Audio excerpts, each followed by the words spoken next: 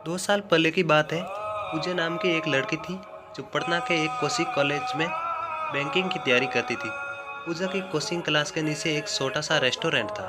पूजा और उसकी फ्रेंड्स अक्सर क्लास के बाद उस रेस्टोरेंट में 60 या छोले भटूरे खाने के लिए जाया करती थी, क्योंकि उस रेस्टोरेंट के 60 या छोले भटूरे काफ़ी फेमस थे।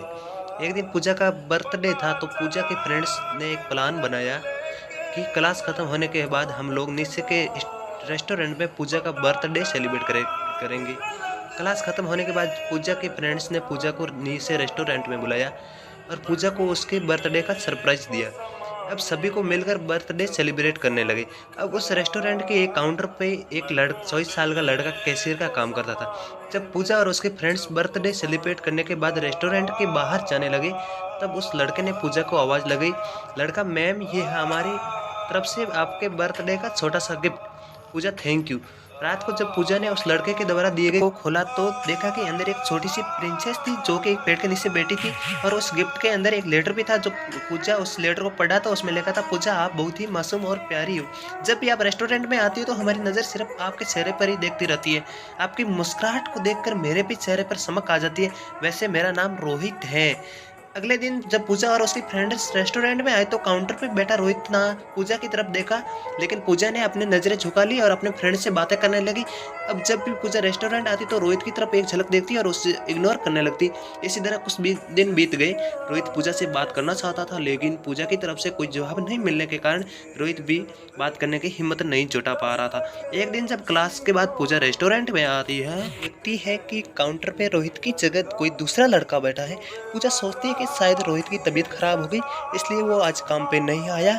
लेकिन देखते ही देखते एक सप्ताह बीत जाता है। जब पूजा थोड़ी देर परेशान होने लगती है और काउंटर पे जाकर पूछती है कि जो रोहित का नाम का लड़का काम करता था वो कहाँ है, उसने काम छोड़ दिया क्या? काउंटर पे बैठा लड़का पूजा को कहता है कि नहीं, रोहित भैया ने काम नहीं छोड़ा, मालिक ने उसे मार्केट वाले रेस्टोरेंट पे भेज दिया है।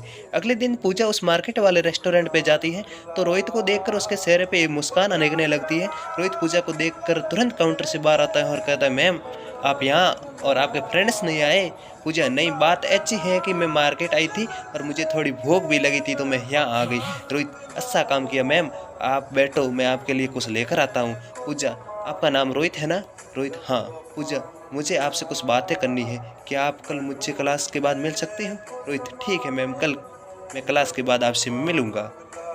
क्लास ख़त्म होने के बाद दोनों मिलते हैं। पूजा रोहित से कहती है कि देखो आप मुझे अच्छे लगते हो, लेकिन मैं इस प्यार में नहीं पड़ना चाहती, मुझे अपने पढ़ाई और करियर को देखना है।